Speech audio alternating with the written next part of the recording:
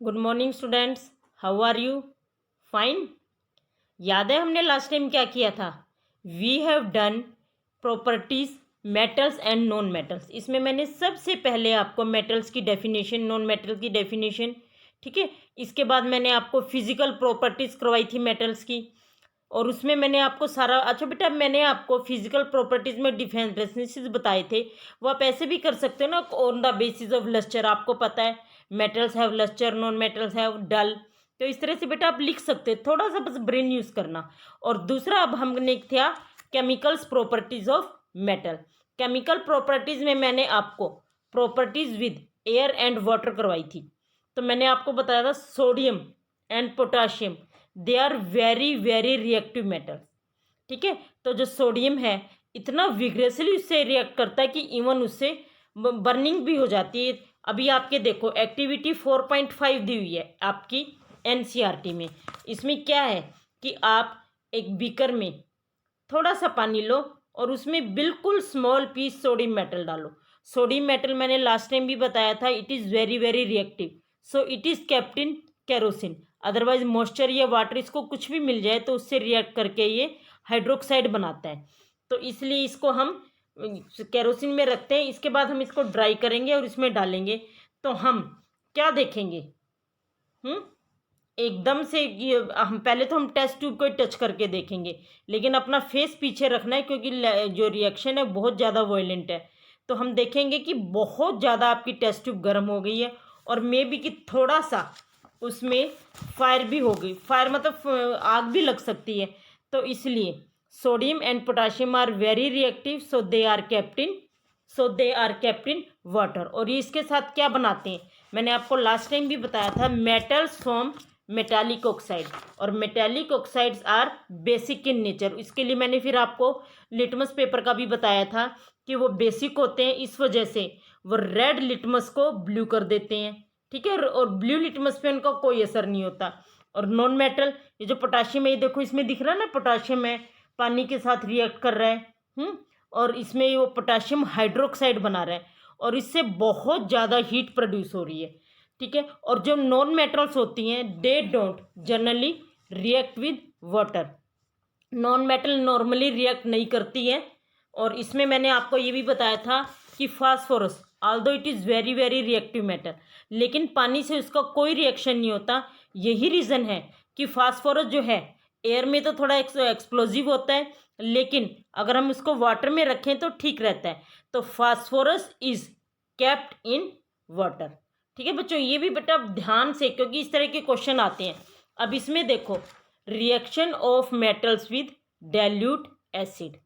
दो तरह के एसिड होते हैं, आपने ये लास्ट ईयर पढ़ा होगा, कंसनट्रेटेड एंड डाइल्यूट। डाइल्यूट क्या होता है? जिसमें वाटर की कंसनट्रेशन ज़्यादा हो और एसिड की कम हो। और कंसनट्रेटेड क्या होता है? जिसमें एसिड की कंसनट्रेशन ज़्यादा हो और वाटर की कंसनट्रेशन कम हो। तो ये जो आपके मेटल्स हैं, मेटल जो हैं एसिड्स के साथ रिएक्ट करते हैं और मेटल सॉल्ट बनाते हैं, और इसके साथ वो हाइड्रोजन प्रोड्यूस करते हैं। हाइड्रोजन प्रोड्यूस करते हैं, ये हमें कैसे पता लगता है?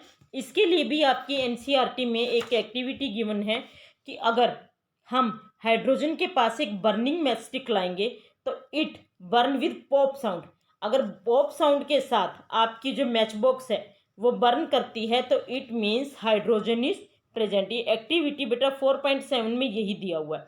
अब ये देखो, Mg+2HCl, HCl आपका होता है हाइड्रोक्लोरिक एसिड।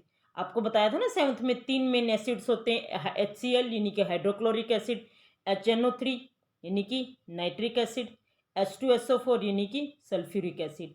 तो देखो, जो जिंक है वो डाइल्यूट हाइड्रोक्लोरिक एसिड से कर रहा है, तो क्या बनाएगा? मेटल सॉल्ट यानी कि मैग्नीशियम क्लोराइड। और इसमें देखो साथ में हाइड्रोजन प्रोड्यूस हो रही है, ठीक है।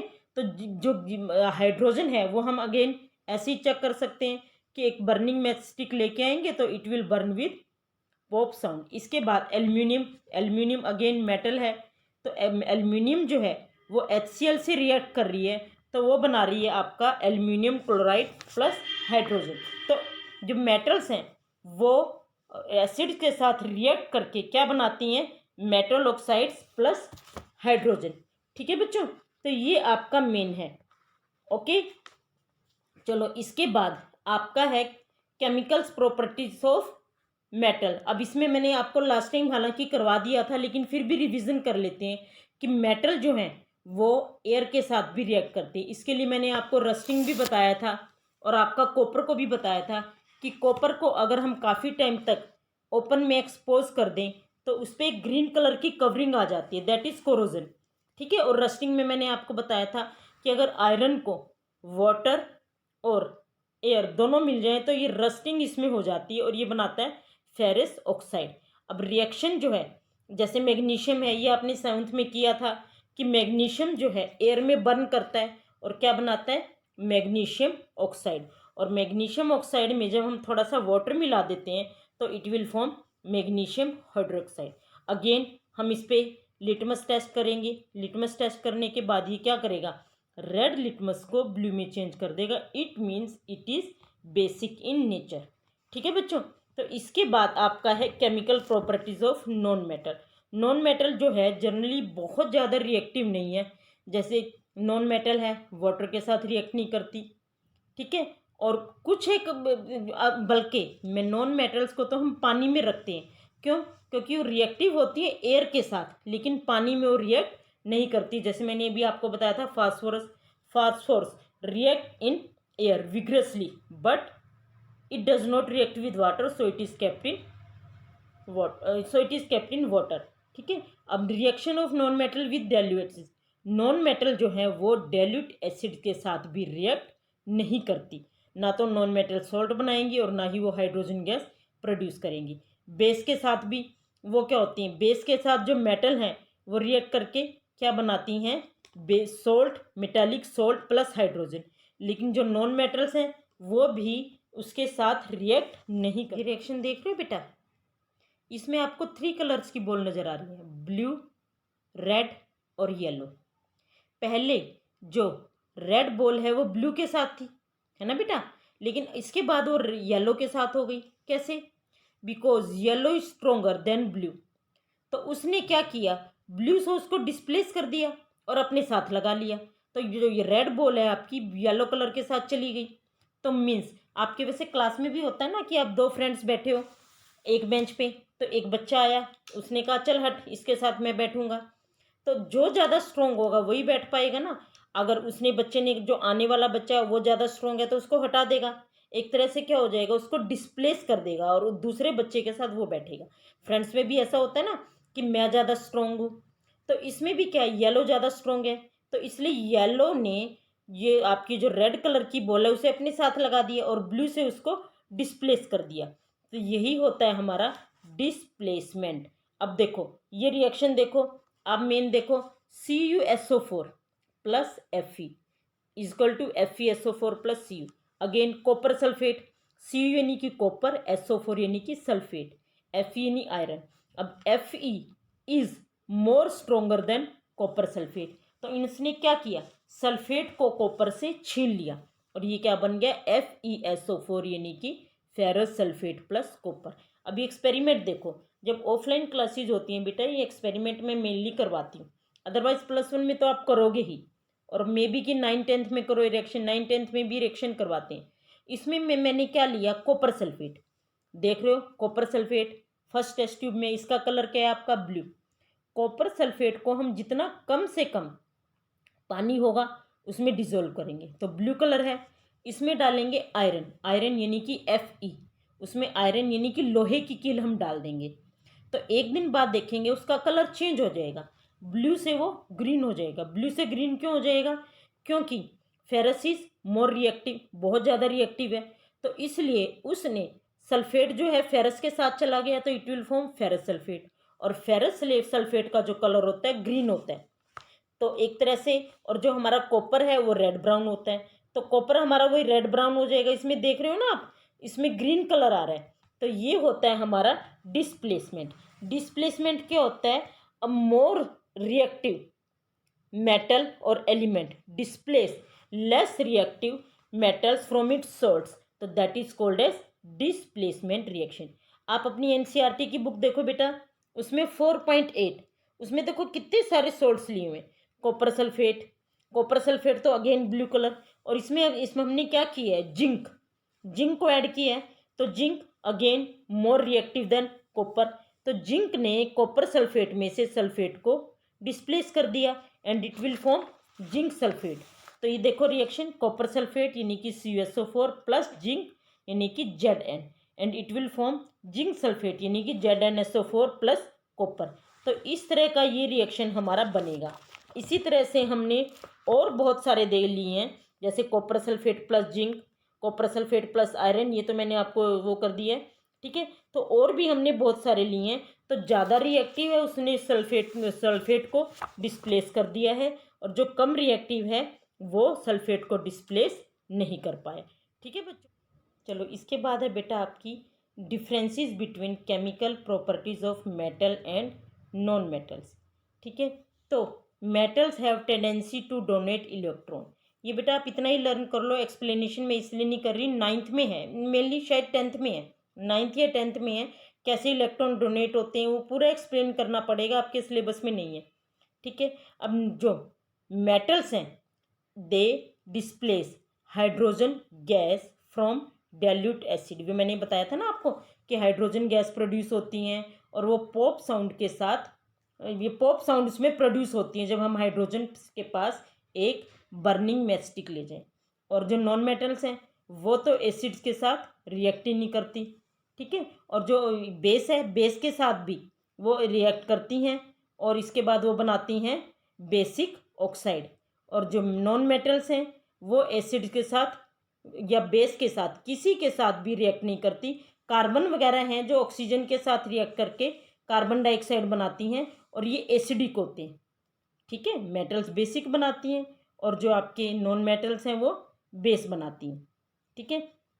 और जो मेटल्स हैं वो हाइड्रोजन के साथ रिएक्ट करके हाइड्रेट्स बनाती हैं, और नॉन मेटल्स हैं वो उसके साथ मिलके एक कॉम्बलेंट कंपाउंड बनाती हैं। तो ये रिएक्शन में इसमें बेटा आप जो मेन, एक तो सेकंड वाला मेन कर लेना, थर्ड वाला, सेकंड और थर्ड वाला आपके लिए बहुत इंपॉर्टेंट है। इसके अलावा जो मेटल्स होती हैं वो ऑक्सीजन के साथ रिएक्ट करके मेटालिक ऑक्साइड बनाती हैं which are basic in nature, और जो नॉन मेटल्स हैं वो नॉन मेटालिक ऑक्साइड बनाती हैं, they are acidic in nature.